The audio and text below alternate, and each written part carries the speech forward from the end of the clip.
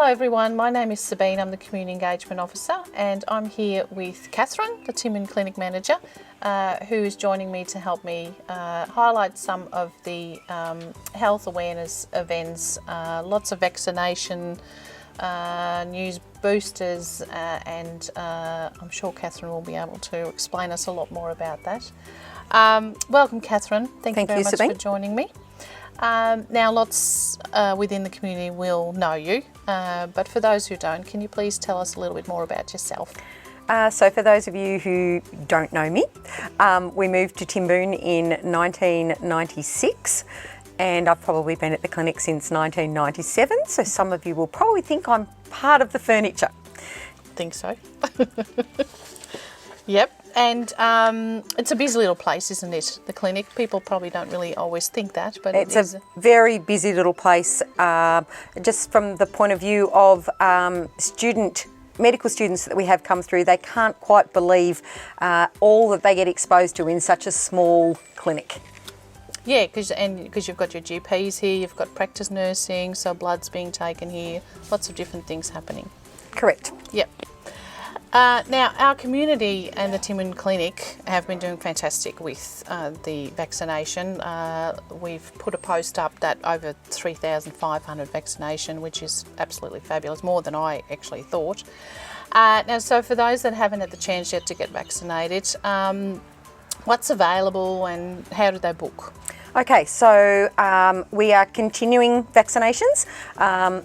We still have both AstraZeneca and Pfizer available.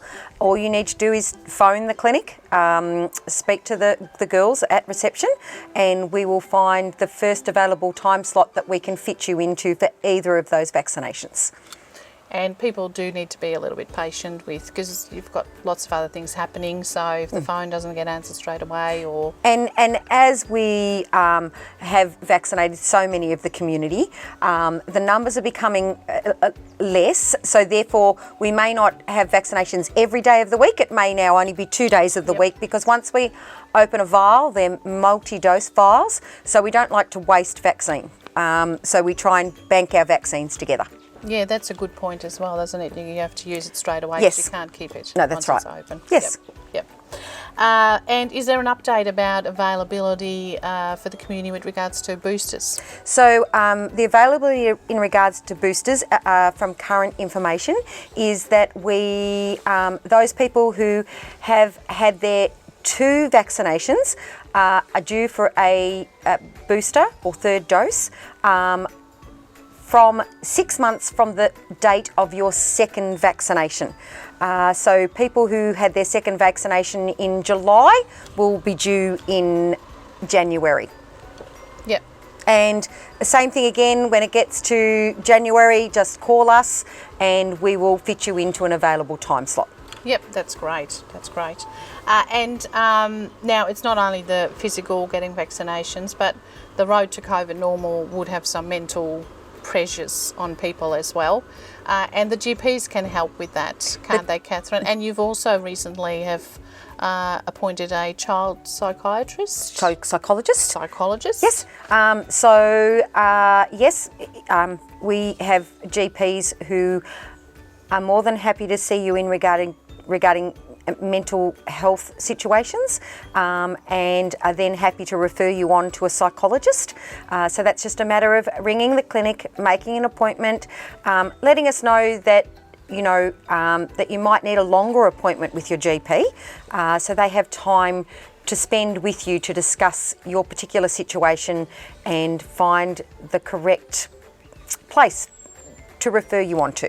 Yep, no, that's a good point. You want to give it a good amount of time for people to relay their concerns. And the child psychologist.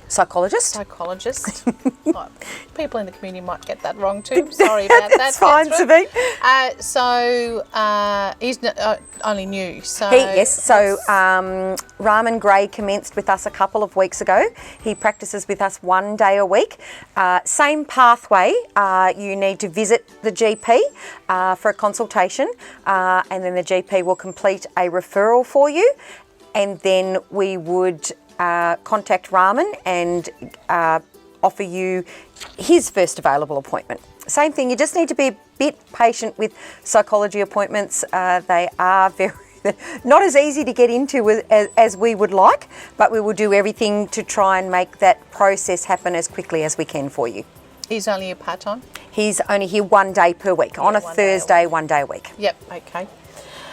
And then another important subject that I can think of going into summer, skin cancer. Like sun, vitamin D is always good, but we have to be careful with the sun as well. Yes. And again, I mean, we've had Margot Toole in our summer quarterly, which is out now. She's talking about how she found a mole and just changed shapes slightly, and that started her thinking. So GPs, again, our GPs can have a look at that, can't they? Our GPs are more than happy to do skin checks, and again, if they don't feel that they can help you with that particular skin problem that you have, they would refer you on. Yeah. But a lot of things can be done in-house in the clinic. Great, great. Anything else, Catherine, that you can think of for the community that you would like to relay to them? Or, I mean, we've covered a few things there, but they can always contact the clinic. That's fine. We're only a phone call away. Just call the clinic. And if we don't have the particular service that you're looking for, either here at Timboon Clinic or across the road at Timboon District Healthcare Service, we'll certainly put you in touch with the service that you're looking for. Great, great. Thank you so much, Catherine, for helping me highlight some of these subjects with me. Thank you for inviting me to join. No worries at all. And I now hand over to Amanda to highlight some of the health promotion events. Thanks, Sabine. TDHS, along with other health services across the Southwest, are participating in 16 Days of Activism against gender-based violence. This is a global campaign that takes place annually between the 25th of November and the 10th of December every year. The Health Service is actively participating in the campaign through the Clothesline Project, representing and acknowledging that health services as being the front line in supporting, identifying and responding to victims of family violence. An alarming statistic in Australia is that on average, 1 woman is murdered by a current or former partner each week, and 1 in 2 women have experienced sexual harassment. Violence against women and their children costs Australia $22 billion each year. This campaign aims to support the Victorian community in understanding what respect actually means, what it looks like, and how to put it into practice in our everyday lives. When gender equality exists, we all benefit. Respect Is Call It Out campaign encourages Victorians to call out sexism, sexual harassment and disrespect towards women. As the weather is already warming up, we need to be aware of snakes that have had a long, wet winter. They will be emerging from hibernation eager for some sun, like all of us. We need to coexist with these creatures, but also knowing how to respond in the event of a snake bite is essential. Even when a snake is deemed harmless, its bite can still cause the victim to become infected or suffer a severe anaphylactic or allergic reaction. In Australia, on average, 2 people die annually from venomous snake bites. More deaths would no doubt result if we did not have access to anti-venom to treat these bites.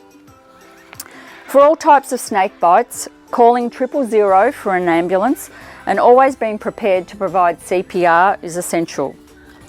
Where the snake bite has been to a limb, hand or foot, apply a pressure immobilisation bandage. For areas of the body where a pressure bandage cannot be applied, make sure you maintain firm pressure. This is vital to stop the venom circulating throughout the body. Mark the spot where the bite occurred on the bandage with a pen or a felt tip marker.